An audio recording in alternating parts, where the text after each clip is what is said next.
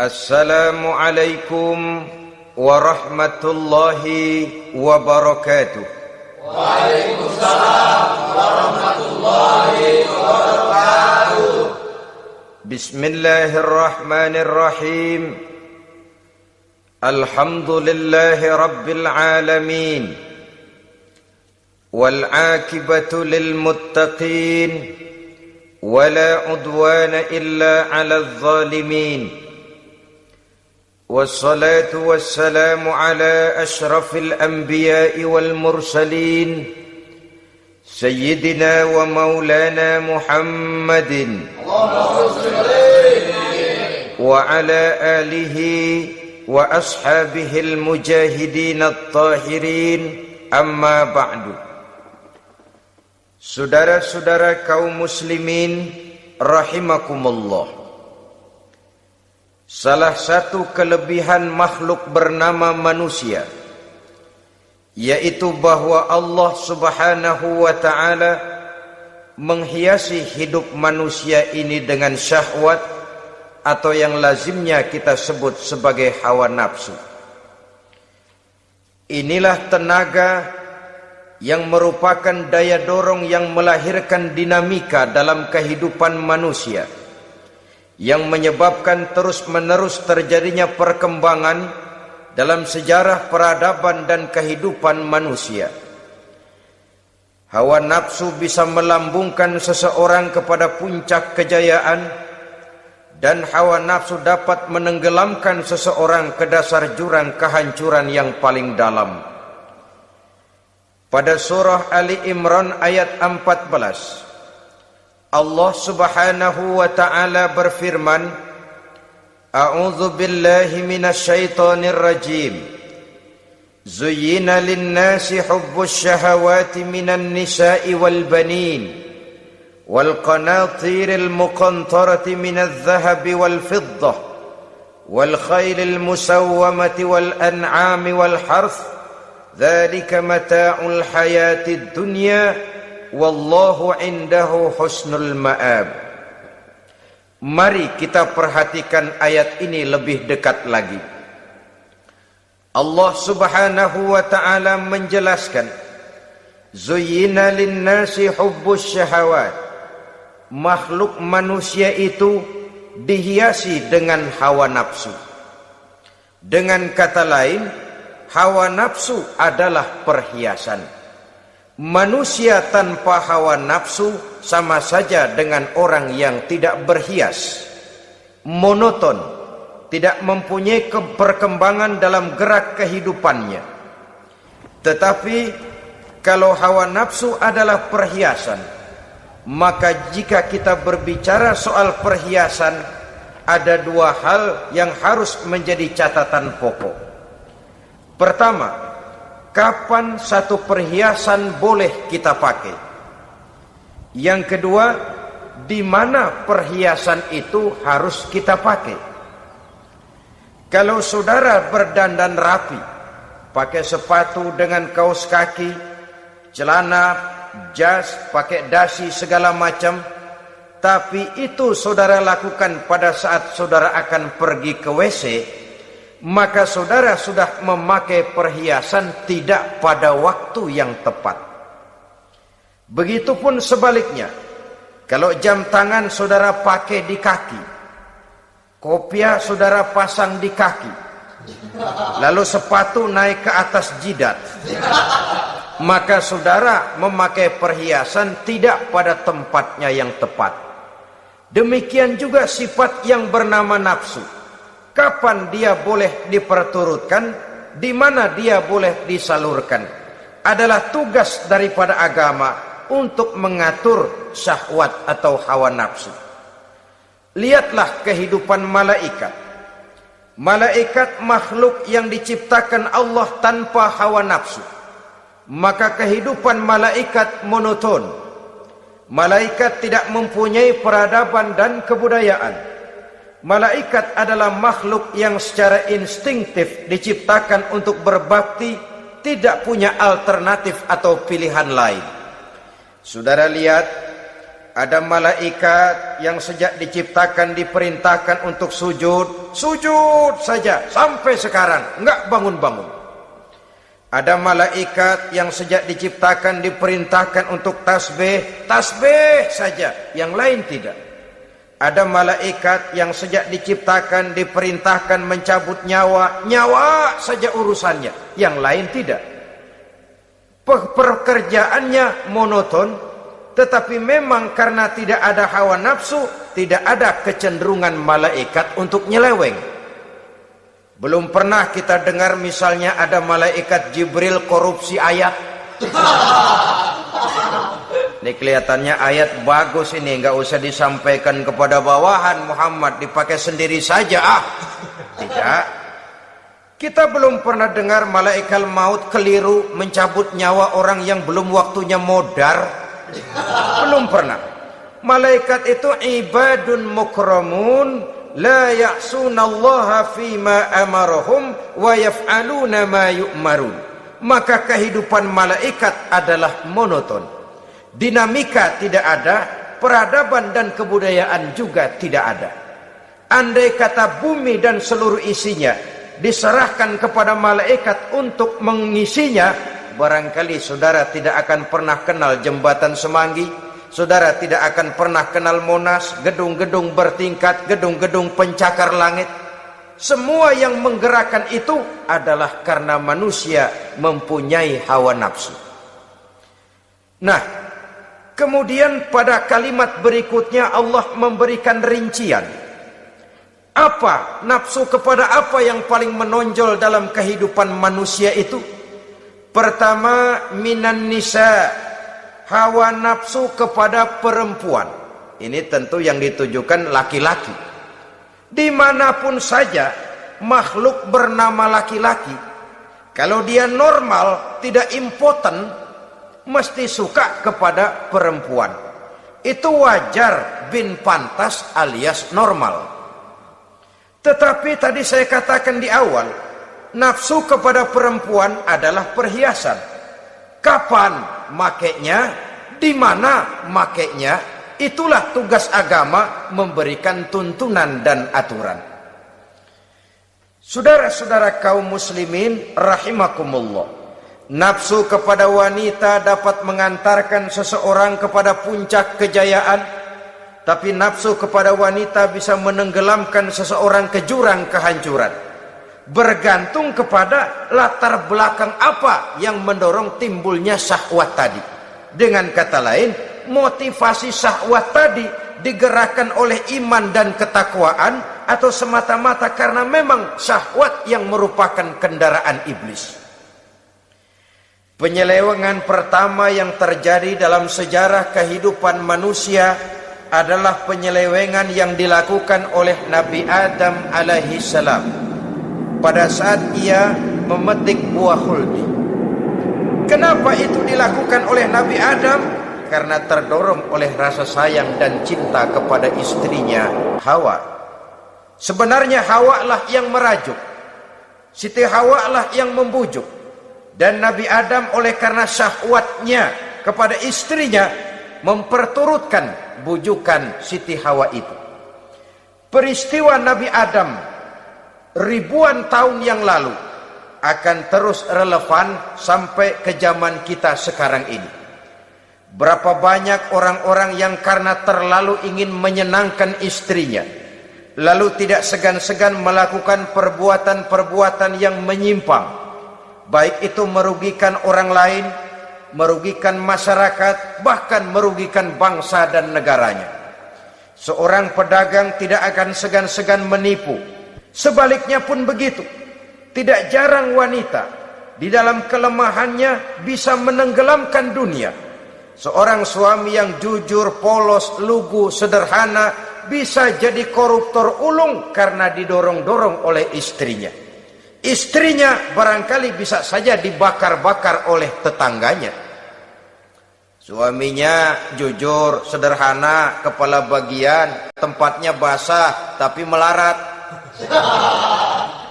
Istri rupanya tidak sabar melihat gaya hidup yang makin konsumtif, persaingan yang makin tajam. Suaminya dikipas-kipasin. Kata istrinya, bang, tetangga sebelah kita lakinya pegawai kecil, bang, tapi gelangnya kayak pelek beca. Abang ini kepala bagian tidak bisa membelikan saya macam itu, percuma lah. Kata suaminya, ya bagaimana bu, gaji saya cuma segitu-gitunya. Ya namanya kepala bagian, apaan, kayak sahabat dulu. Kalau sudah berpikir ke arah ini, artinya sudah ngipasi suaminya untuk melakukan tindakan yang tidak wajar. Saudara-saudara kaum muslimin rahimakumullah, sejak zaman klasik sampai kepada zaman kita sekarang ini, kita melihat kecenderungan syahwat kepada wanita ini. Julius Kaisar yang katanya gagah perkasa, ternyata tunduk di bawah kaki Cleopatra.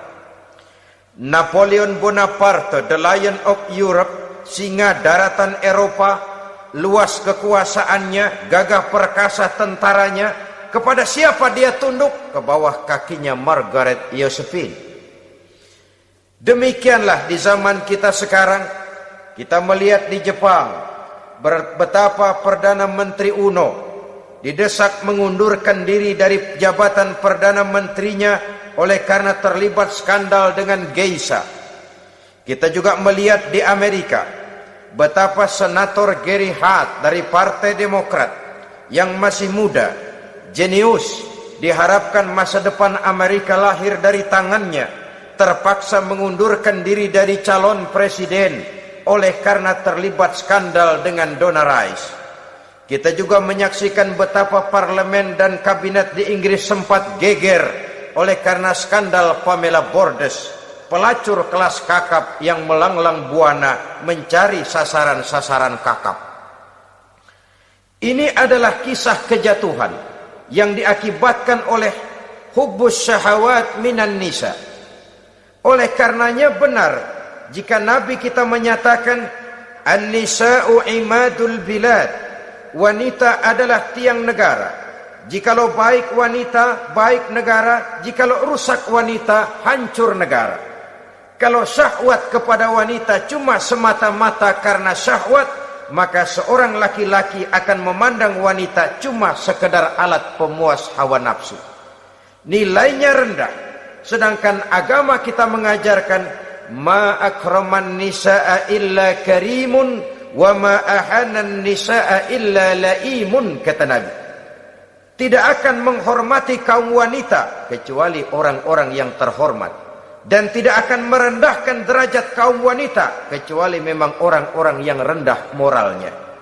Dengan kata lain, apabila syahwat minan nisa ini dilandasi dengan semangat iman dan ketakwaan, maka kehidupan Rasulullah sallallahu alaihi wasallam sungguh menjadi figur dan contoh dalam kehidupan kita.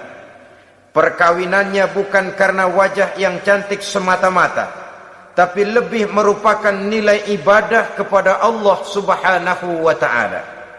Dengan demikian, kecenderungan kepada hubbus syahawat minan nisa dikontrol oleh nilai iman.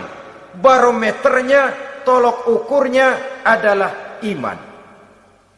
Di zaman sekarang banyak kasus kawin campur yang pada akhirnya akan membingungkan kita sendiri. Padahal Al-Quran secara jelas dan tegas memberikan bimbingan. Orang itu kalau sudah, kata Imam Syafi'i, wa ainur ridha an kulli aibin kalilatun kama anna aina suhti tubdil masawiya. Mata kalau dibalut cinta dia buta terhadap nista, tapi mata kalau dibalut benci hanya melihat yang keji-keji saja. Biasanya cinta kepada wanita memang bisa menimbulkan dorongan yang positif, tapi juga bisa membuat seseorang buta sama sekali. Dorongan yang positif paling kurang dari segi penampilan. Coba lihat lelaki kalau lagi demen perempuan, lenjeh banget kan.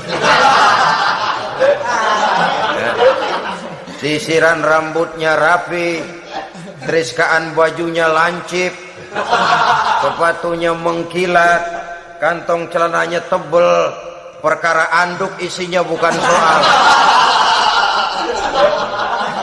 Yang penting kan gaya. Lalu dinamis, kreativitasnya ada saja timbul. Tapi pada sisi lain, jikalau orang sudah kehilangan pertimbangan, juga kadang-kadang tidak segan-segan mengorbankan akidah, mengorbankan nilai-nilai iman. Padahal ini taruhan utama, sampai Quran dengan tegas memberikan peringatan. Wala ammatun mu'minatun khairun min musyrikatin walau a'jabatkum. Perempuan budak yang hitam legam, kalau beriman itu lebih baik untuk dinikahi daripada wanita cantik berkulit kuning langsat tapi musyrik. Lebih baik budak yang hitam legam beriman daripada wanita cantik berkulit kuning langsat berhati bangsat. Tapi kita kadang kehilangan pertimbangan. Karena agama, karena cinta agama digadaikan. Karena cinta akidah terjual. Karena cinta keyakinan jadi korban. Ini semua penyakit yang datang dari hubbus syahawat minan nisa. Kecenderungan mengumbar nafsu kepada perempuan. Ini memang perhiasan, tapi bisa juga jadi bumerang dalam kehidupan manusia. Berapa banyak penyelewengan terjadi karena pengaruh wanita yang tidak bisa jadi bisa. Ini pengaruh di dalam kehidupan memang sedemikian besarnya. Sehingga saudara-saudara kaum muslimin, inilah yang perlu dikendalikan dalam kehidupan, kapan dan di mana. Kalau nafsu adalah perhiasan, kapan dan di mana perhiasan itu harus kita pakai, di mana dia harus kita tempatkan. Begitu juga yang menyangkut soal perempuan. Kapan? Ya kapan tentu kalau sudah nikah. Di mana? Yang jelas bukan di depan umum.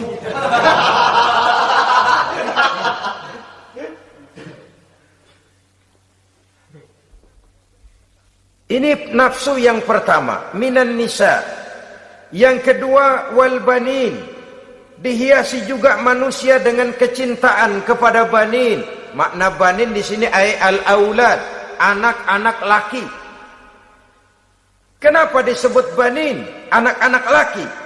Karena pertama, sering anak laki itu lebih jadi kebanggaan buat orang tuanya ketimbang anak perempuan.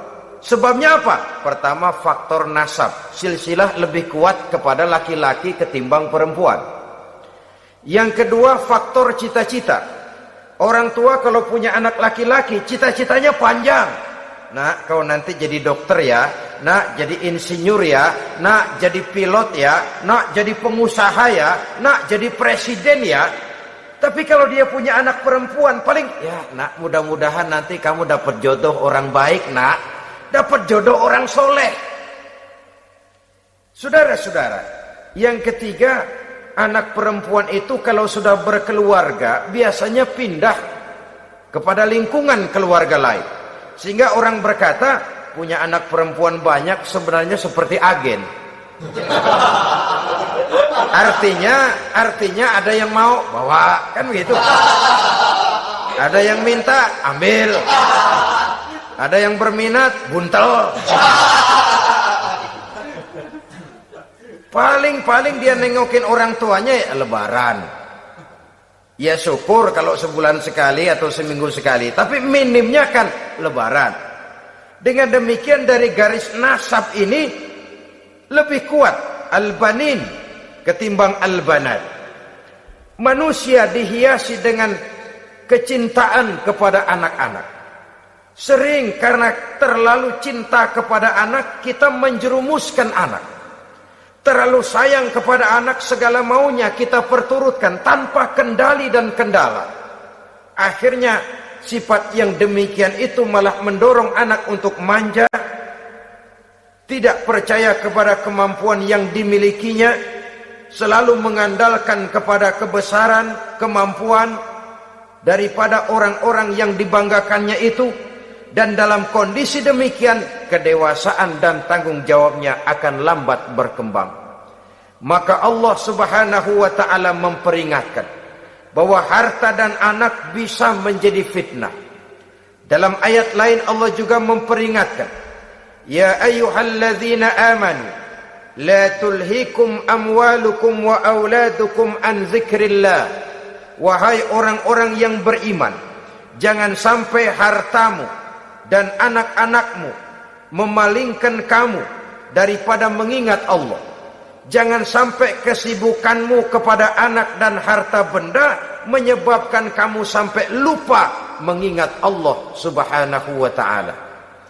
Berapa banyak manusia yang tenggelam dengan melupakan Allah, jauh dari agama, jauh dari tuntunan syariat, oleh karena disibukkan oleh persoalan anak dan persoalan harta benda. Maka satu-satunya jalan, jikalau kita tidak ingin anak kita sampai memalingkan kita daripada mengingat Allah, nilai-nilai keimanan harus ditanamkan kepada mereka sedini mungkin. Dengan bekal ini, maka mereka, anak-anak kita, insya Allah tidak akan membuat kita orang-orang tua ini berpaling daripada mengingat Allah, berpaling daripada kehidupan beragama. Memang karena anaklah kita orang tua peras keringat banting tulang, pergi pagi pulang sore cari nafkah. Karena anaklah kita orang tua, kepala jadi kaki, kaki jadi kepala. Asal mereka bisa menikmati hari depan yang lebih baik dari yang kita nikmati sekarang ini. Tapi berapa banyak juga orang-orang tua yang tidak sadar akan amanah berupa anak ini. Mereka lalai, mereka bersikap masa bodoh, padahal tidak akan ada yang tidak dipertanggungjawabkan di hadapan Allah Subhanahu wa taala. Orang tua bisa mendapat pensiunan pahala kalau anaknya tumbuh menjadi anak yang soleh.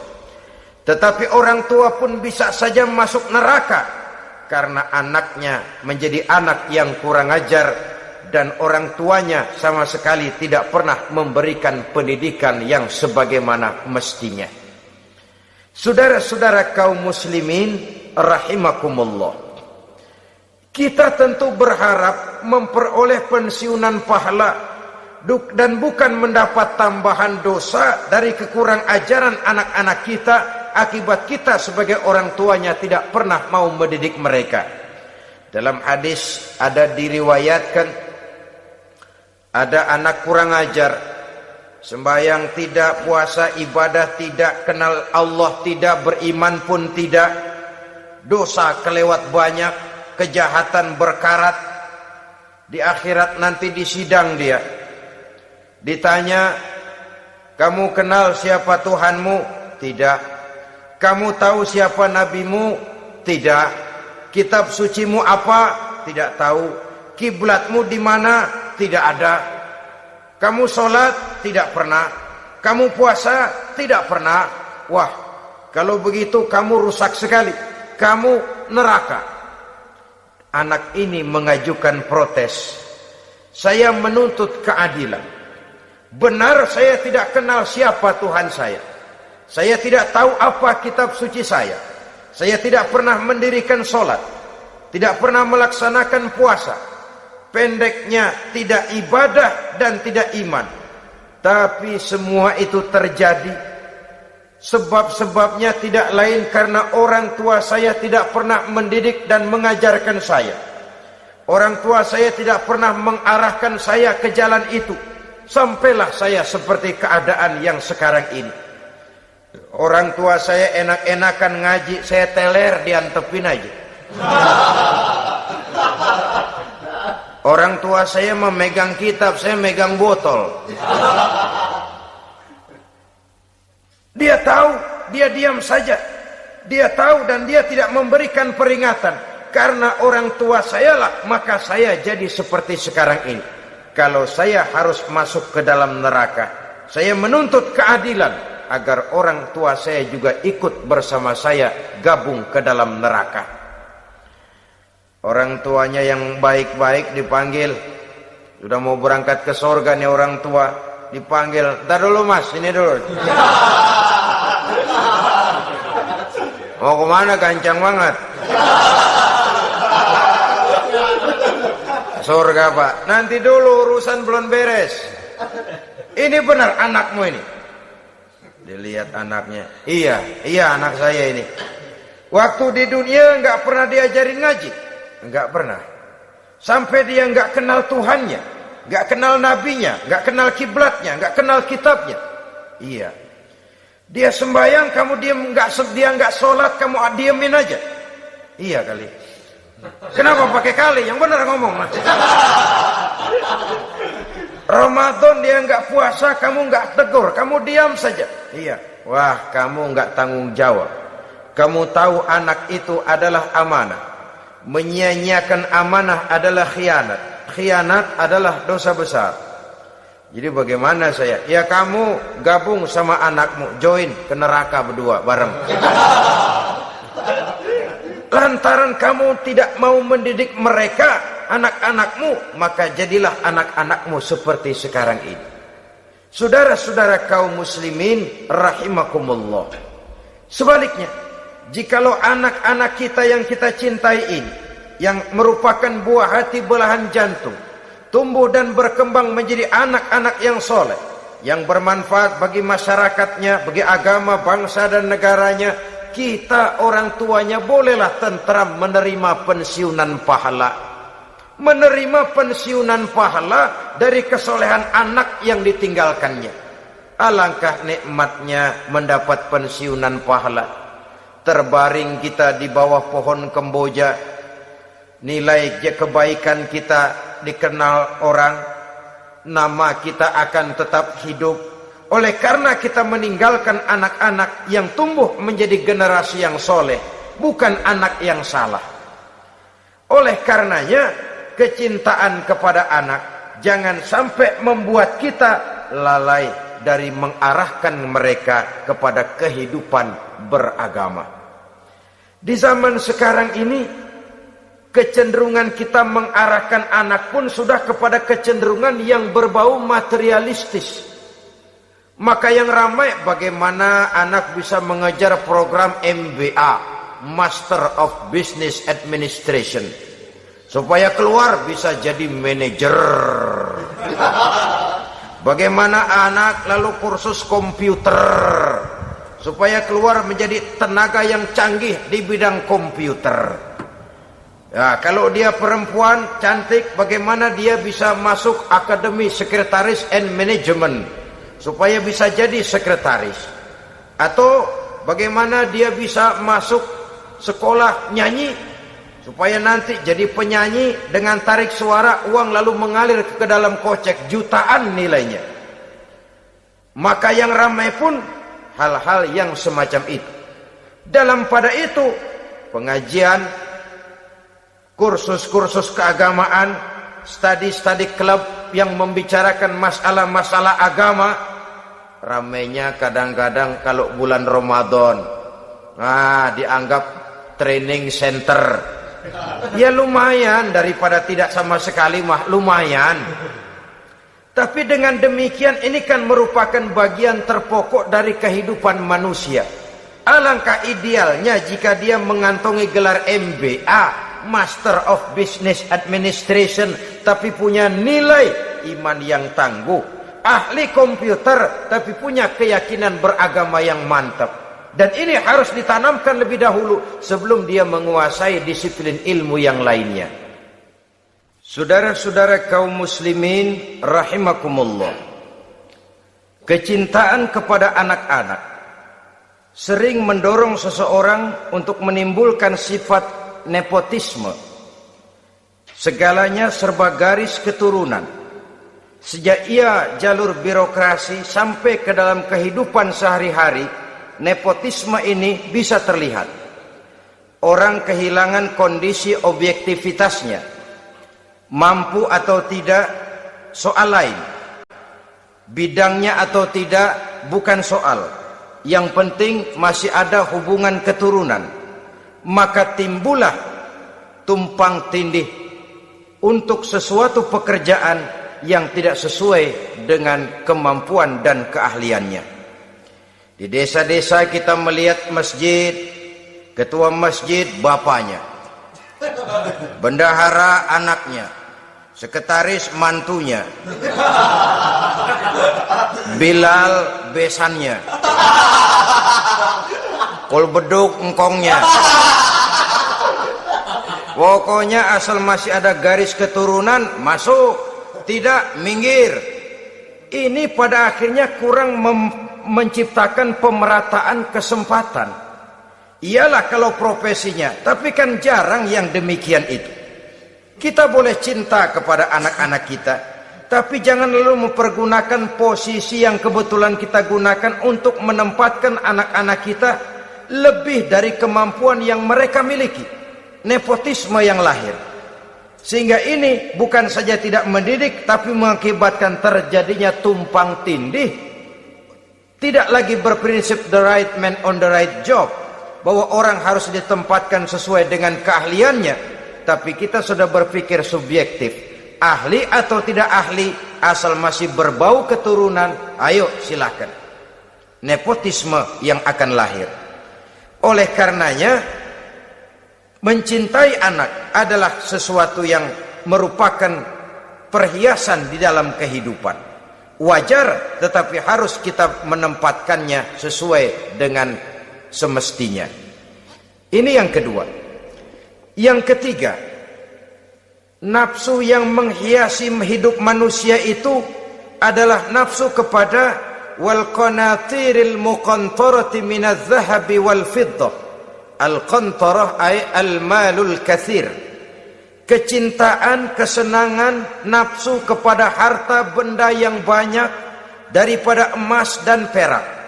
Ini tentu sesuai dengan situasi dan kondisi. Kecintaan untuk mengumpulkan harta benda yang sebanyak-banyaknya, baik itu berupa emas, baik itu berupa perak. Ini cuma penyebutan beberapa jenis dari kecenderungan manusia kepada harta benda.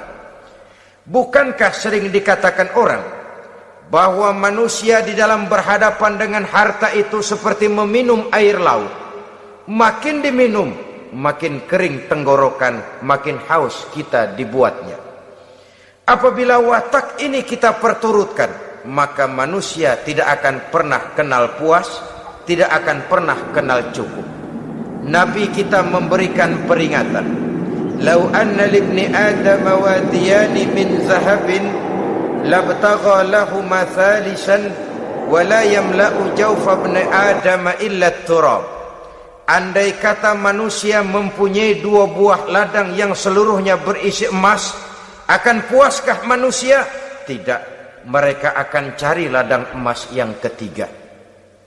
Wala yamla'u jawfa ibni Adam illa turab. Sungguh mulut manusia ini tidak akan pernah penuh terisi kecuali kalau sudah disumpal dengan tanah.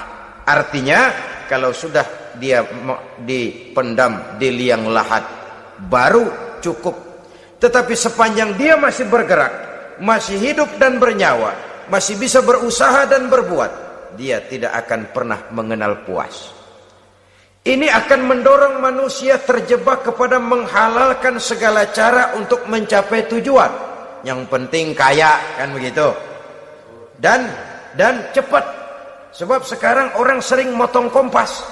Yang penting kan cepat kaya. Soal cara, kalau jujur aja mah, sampai kapan mau kaya?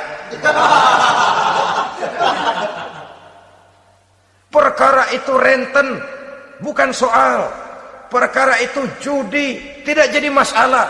Perkara itu korupsi, menyangkut hak orang banyak, bukan soal. Yang penting cepat kaya. Dan anehnya lagi, tidak malu menumpuk kekayaan dengan cara yang tidak wajar. Ya kan orang hidup bermasyarakat tuh bisa dianalisa tuh. Emang usahanya apa sih? Gajinya sebulan berapa sih? Kok bisa gitu-gitu bener sih? Dari mana sih? Secara langsung orang tidak berani bertanya, tapi dari mulut ke mulut akhirnya tersebar jadi rahasia umum. Si Ano kan punya ano, dia anonya seano.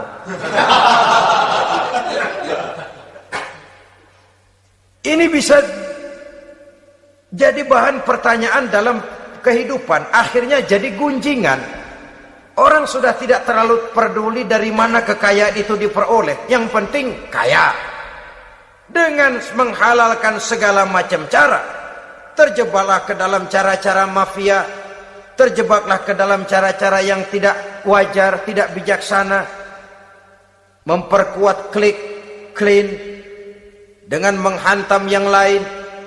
Saudara-saudara kaum muslimin rahimakumullah, bahwa manusia punya nafsu ingin kaya itu boleh. Agama memberikan tuntunan, memberikan aturan. Tidak hanya sekedar asal kaya, tidak hanya sekedar asal banyak harta. Malahan hadis menyatakan, kalau saudara diberikan umur panjang, pertanyaan akhirat cuma satu kok. Umurmu kau habiskan di mana? Kalau saudara diberikan amanah berupa ilmu pengetahuan, pertanyaan akhirat juga cuma satu kok. Ilmumu kau amalkan untuk apa? Tapi kalau kita diberikan amanah berupa harta benda, pertanyaan akhirat itu dua. Min aina iktasabahu wa fima anfaqahu. Dari mana hartamu kau dapat, kemana hartamu kau belanjakan. Dari mananya ditanya, kemananya juga ditanya. Depan belakang ditanya. Dan kalau mempergunakan harta untuk kesenangan syahwat, orang berani bukan main. Tapi kalau untuk kepentingan agama, yang hakikatnya untuk kepentingan dirinya sendiri, berat seperti nyabut bambu dari ujung. Orang kalau menyumbang masjid 100.000, itu kan zohirnya memberikan panitia masjid. Tapi hakikatnya kan dia nabung buat dirinya sendiri. Seolah-olah dia cuma berkata, Pak, tolong saya titip 100.000, ini untuk kepentingan saya di akhirat nanti. Silakan uangnya mau dibelikan semen, pasir, kaca, pintu, jendela, silakan. Saya cuma titip, ini untuk saya di akhirat nanti. 100.000 Pak. Zohirnya dia memberikan kepada panitia masjid, madrasah, pesantren, yatim piatu. Hakikatnya dia nabung buat dirinya sendiri di akhirat. Malah tabungan ini bukan SDSB namanya, SDBS. Sumbangan dana berhadiah surga, itu SDBS namanya. Sekarang orang mengejar SDSB, lalu berat mengejar SDBS, sumbangan dana yang berhadiah surga langsung dari Allah Subhanahu wa ta'ala. Coba kalau dia main golf, sewa lapangan golf itu 400-500 ribu sebulan, paling 4-5 kali main. Beli stick golfnya saja sampai jutaan. Datang panitia pembangunan masjid 100. Minta didoain masuk surga lagi. Surga 100.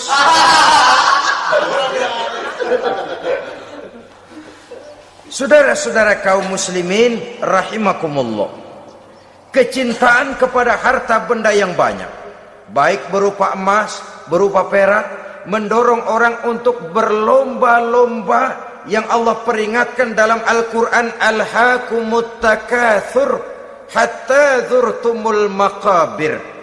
Kamu telah lalai akibat kamu berlomba-lomba memperbanyak materi dunia. Hatta zurtumul maqabir, sampai kamu dekat masuk ke liang kubur, baru rupanya sadar bahwa perlombaan ini tidak akan pernah sampai ke garis finish.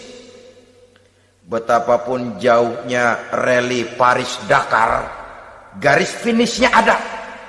Betapapun hebatnya medan yang ditempuh, buasnya gurun pasir Afrika, garis finishnya pasti ada.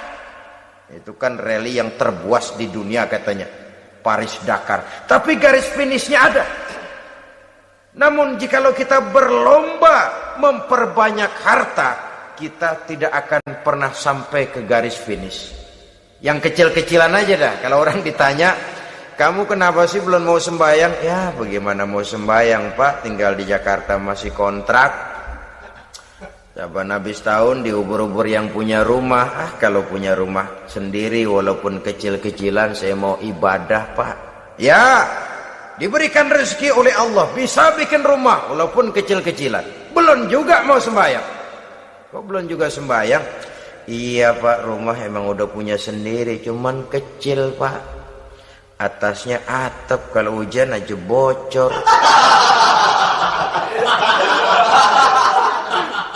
Kalau bisa bikin rumah yang permanen Pak, tenang, saya ibadah, sembahyang saya rajin. Iyalah, diberikan rezeki bisa bikin rumah permanen. Bagus rumahnya. Lain lagi. Iya, rumah sudah permanen, tembok, ubin, cuman isinya belum ada Pak, perabotannya. Duh. Kalau punya peralatan rumah tangga yang memadai, tenang, saya ibadah. Diberikan juga rezeki bisa beli perabotan rumah tangga yang lumayan. Di atas tehelnya sudah pakai karpet, mebelnya spaghetti, tempat tidurnya alga spring bed dan lopilo, ada kulkas, ada TV, di sebelah TV ada kunci mobil. Kuncinya mobilnya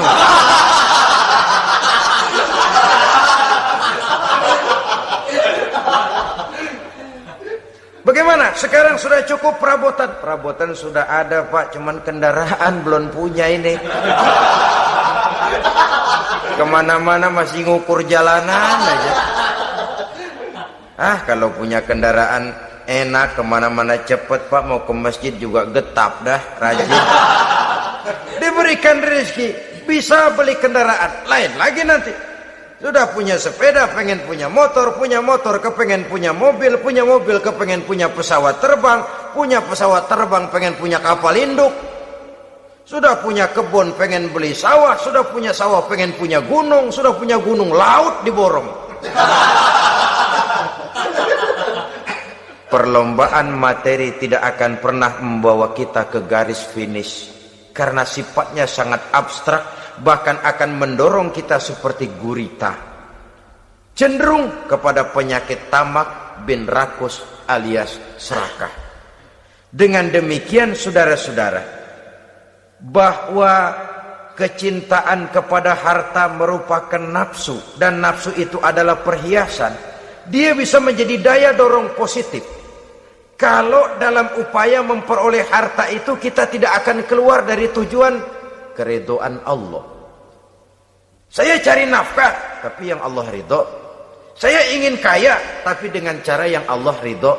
Ini kunci yang akan menyelamatkan kita manusia dari perangkap menghalalkan segala cara.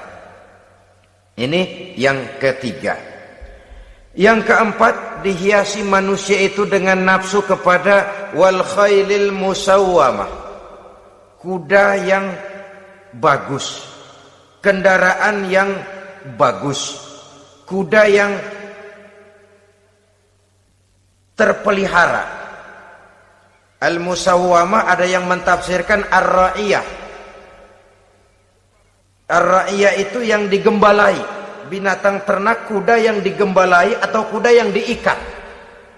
Artinya kalau dulu kan yang namanya tuan-tuan tanah itu baru dibilang bejeger kalau kemana-mana naik kuda. Jet set zaman dulu itu udah kelompok jet set, itu kendaraan. Kalau sekarang baby benda, dulu mah kuda band.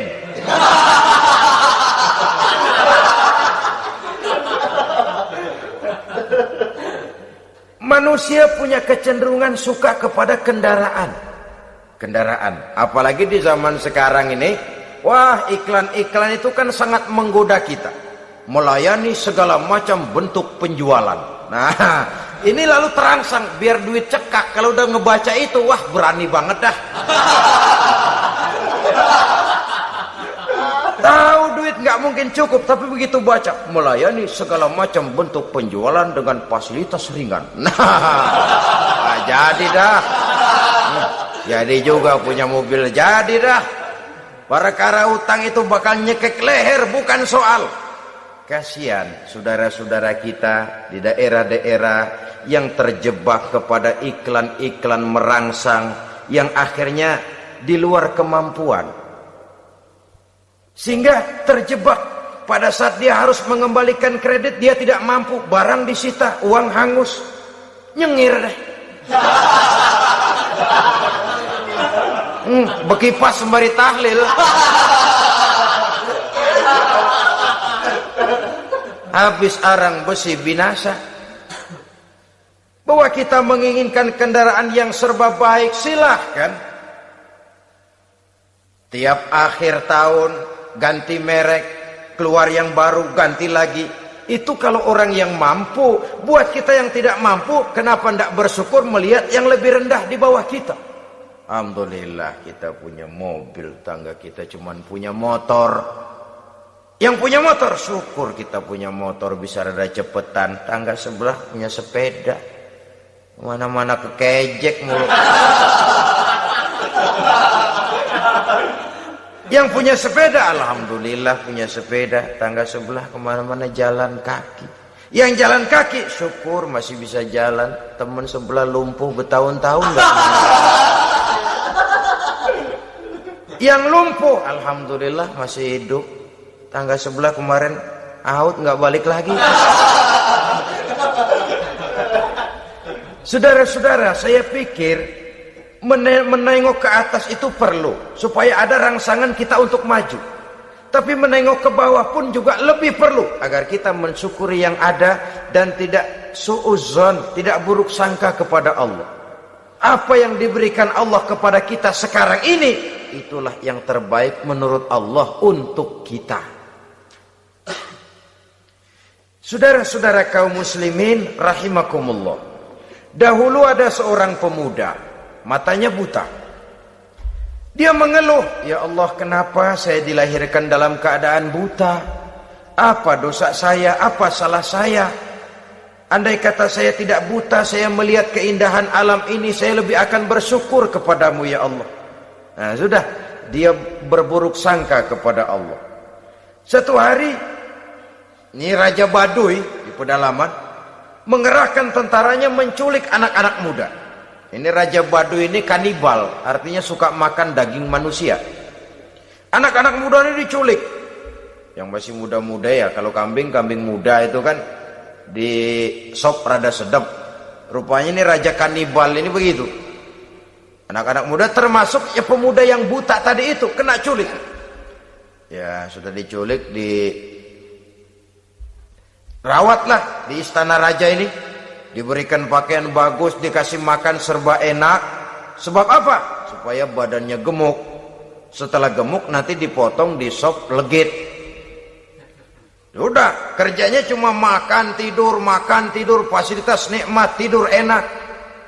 Udah giliran dapat 1 bulan 2 bulan kemudian, ketika mau diambil anak-anak muda ini, raja sendiri yang milih mana yang disop duluan nih. Sampai giliran anak muda yang buta ini, raja geleng kepala. Yang begini mah buta, dagingnya nggak enak. Ini satu lepas aja, lepas. Saya mau makan daging orang buta, lepas aja.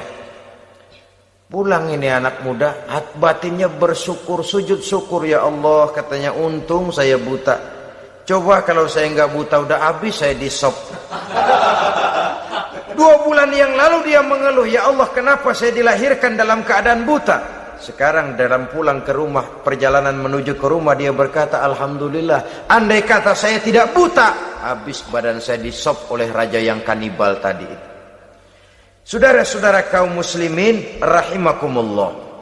Jadi dengan demikian pola hidup yang konsumtif sesungguhnya sangat tidak mendidik apabila dilatar belakangi oleh kemampuan yang tidak menunjang. Dengan demikian setidaknya mendidik orang untuk berkhayal. Anak-anak muda sama merek mobil ngerti banget dah, punya kagak? Ini BMW model terakhir nih. Nih, kemarin gue ngeliat di sana, gue megang rame banget.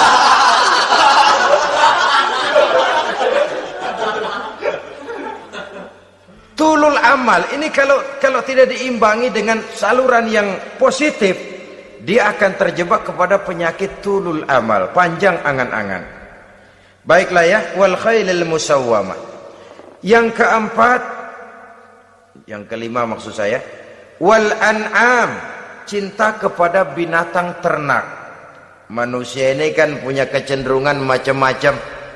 Setelah rumahnya bagus, hartanya banyak, kendaraannya cukup, ingin beternak. Jadilah peternak. Ini kecenderungan manusia, wajar saja sepanjang didapat dan dilakukan dengan cara-cara yang wajar. Wal hars, dan tumbuh-tumbuhan, bertani, bersawah, berladang, itu merupakan kecenderungan daripada manusia. Keseluruhan itu kata Allah, kecintaan kepada wanita, kepada anak, kepada harta benda, kepada kendaraan, kepada binatang ternak, kepada tumbuh-tumbuhan, zalika, semua itu mata'ul hayatid dunya, merupakan kesenangan hidup dunia. Berapa lama kesenangan hidup dunia? Sebentar, seumur manusia. Seumur manusia. Bahkan kadang-kadang pada saat dia masih hidup pun orang tidak sepenuhnya sempat menikmati kesenangan hidup dunia.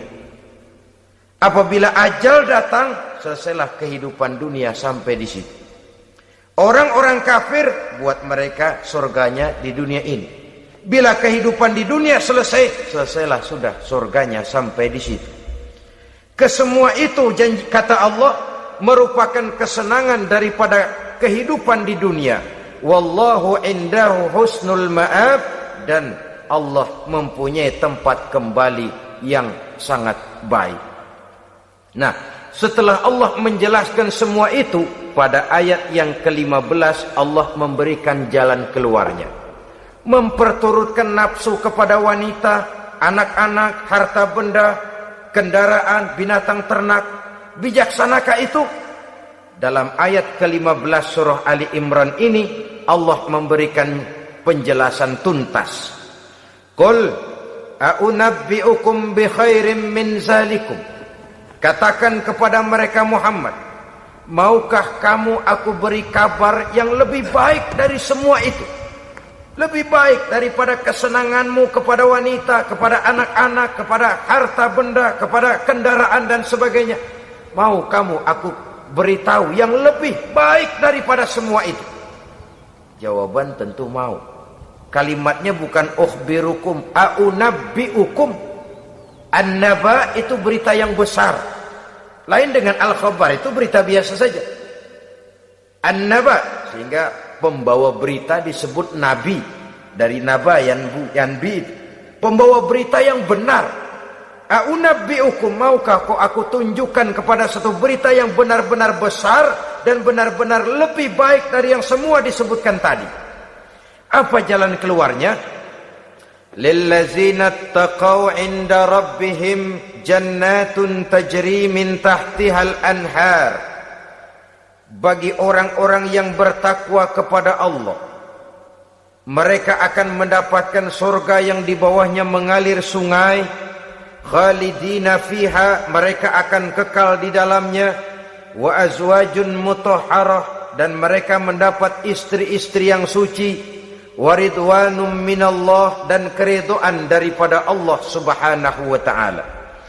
Kalau kamu hai orang-orang yang beriman, kalau kamu hai manusia menyangka bahwa nafsu kepada wanita, anak-anak, mengumpulkan harta benda, kendaraan yang menarik, binatang ternak dan tumbuh-tumbuhan itulah yang lebih baik untuk kesenangan dunia, memang itu kesenangan dunia. Tapi nih, seolah-olah kata Allah, nih, saya kasih tahu kamu, aku beritahu yang lebih baik dari semua itu. Apa? Takwa kepada Allah. Kecintaan kepada wanita. Kalau takwa dasarnya, orang nggak amburadul, nggak semrawut, nggak pokoknya gue asal perempuan dan membuat terus. Tapi punya kaidah, punya norma. Demikian juga kepada anak-anaknya. Demikian juga kepada harta benda. Pokoknya asal harta, mau halal mau haram, tekuk terus dah. Semuanya dilandasi oleh taqaw, lillazina taqaw, oleh ketakwaan kepada Allah. Nah, ketakwaan ini akan menghasilkan apa? Inda rabbihim jannatun tajri min tahtihal anhar. Melahirkan, menghasilkan surga yang di bawahnya mengalir sungai-sungai. Saudara-saudara kaum muslimin rahimakumullah, jika kita menyangka bahwa wanita bisa memberikan kesenangan, iya, kesenangan dunia. Jika kita menyangka bahwa harta benda bisa memberikan kesenangan, iya, kesenangan dunia. Jika kita menyangka bahwa kendaraan bisa memberikan kesenangan, iya, kesenangan dunia. Tapi kita tidak cuma ingin itu, kita ingin itu semua juga bisa membawa kesenangan akhirat. Caranya landasi dengan takwa. Kesenangan kepada wanita didasari dengan takwa. Maka jangan jadikan wanita cuma sekedar alat pemuas hawa nafsu. Kesenangan kepada anak-anak dilandasi dengan takwa. Maka anak-anak diarahkan kepada jalan yang diridhoi Allah. Kesenangan kepada kendaraan dilandasi dengan takwa, maka kendaraannya selalu mengarah berjalan menuju jalan takwa, diridhoi oleh Allah Subhanahu wa taala. Kalau tidak, tuh mobil asal lempengan Ancol gancang banget dah. Tapi giliran dihadapin ke masjid, mogok melulu mobil. Urusan ngaji ada aja halangannya tuh kendaraan. Tapi kalau untuk urusan maksiat, ngebut benar-benar. Dilandasi dengan ketakwaan. Sehingga dengan demikian, tidak hanya sekedar surga di dunia ini, tapi lebih-lebih di surga di akhirat nanti. Khalidina fiha, kekal. Kalau dunia ini kan zillun zail, bayangan. Hari ini kita jaya, besok kita bangkrut. Siapa yang mau menghalangi? Hari ini kita melambung, besok kita nyungsep. Siapa yang bisa menarik? Tidak kekal, berubah, temporer, relatif. Di sana kebahagiaan yang dilandasi dengan takwa ini sudah surga, kekal di dalamnya, azwajun mutahharah. Mendapat istri-istri yang suci. Suci dalam arti belum pernah dijamah orang lain. Suci dalam arti tidak pernah terkena halangan, seperti men misalnya, baik menstruasi atau mencret, itu tidak. Azwajun mutahharah. Konon makna mutahharah ini ya artinya juga bisa selalu gadis, bidadari itu, selalu perawan, tidak pernah janda, walaupun tiap hari dipakai, perawan terus. Dan yang lebih penting, waridwanum minallah, mendapat ridho dari Allah Subhanahu wa taala. Jadi hawa nafsu dengan motivasi takwa, itulah sesungguhnya yang dikehendaki oleh Ali Imran ayat 14 dan 15. Dengan demikian, manusia dengan ketakwaannya mengendalikan hawa nafsu dan bukan malah dikendalikan oleh hawa nafsunya. Sehingga dengan demikian seluruh fasilitas yang dimilikinya, baik itu berupa istri, anak, kendaraan, binatang ternak, harta benda, tanam-tanaman, seluruhnya semakin meningkatkan ketakwaannya kepada Allah Subhanahu wa taala. Mudah-mudahan kita bisa mencapai tingkat ini di mana kita hidup mampu dan sanggup mengendalikan nafsu, bukan malah dikendalikan oleh hawa nafsu.